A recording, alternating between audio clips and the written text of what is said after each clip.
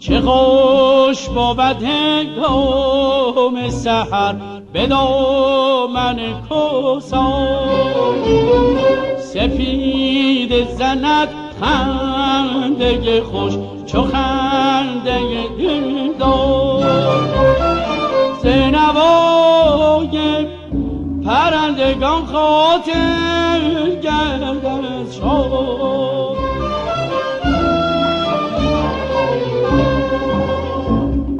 دل محزون ز دست غم ها گردد آزاد،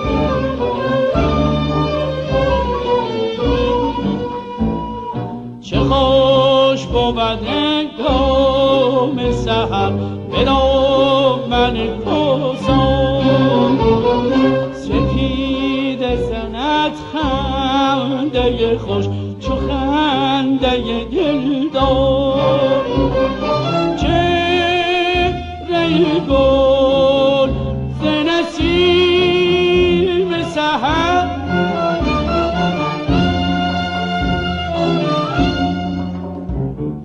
بشکفد و خنده زند با عشق و ناز،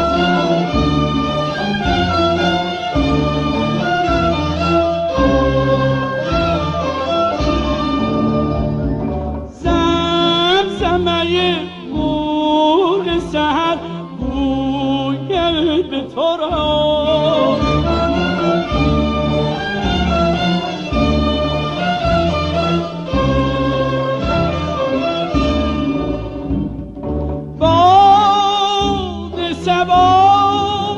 ز چمن چو گذرد،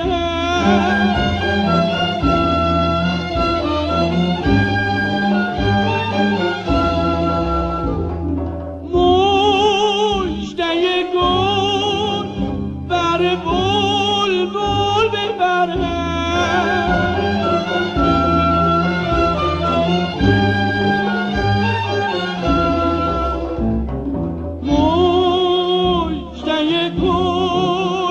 بر بلبل ببرد،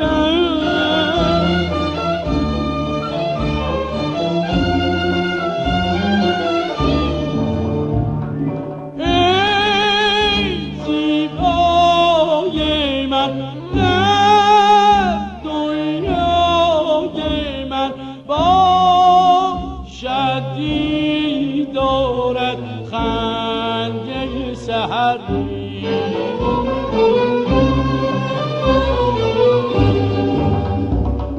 ظلمت غم با رخ تو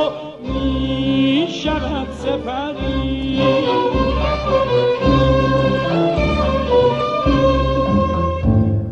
جلوه نما تو ز دلم زنگ غم ببری،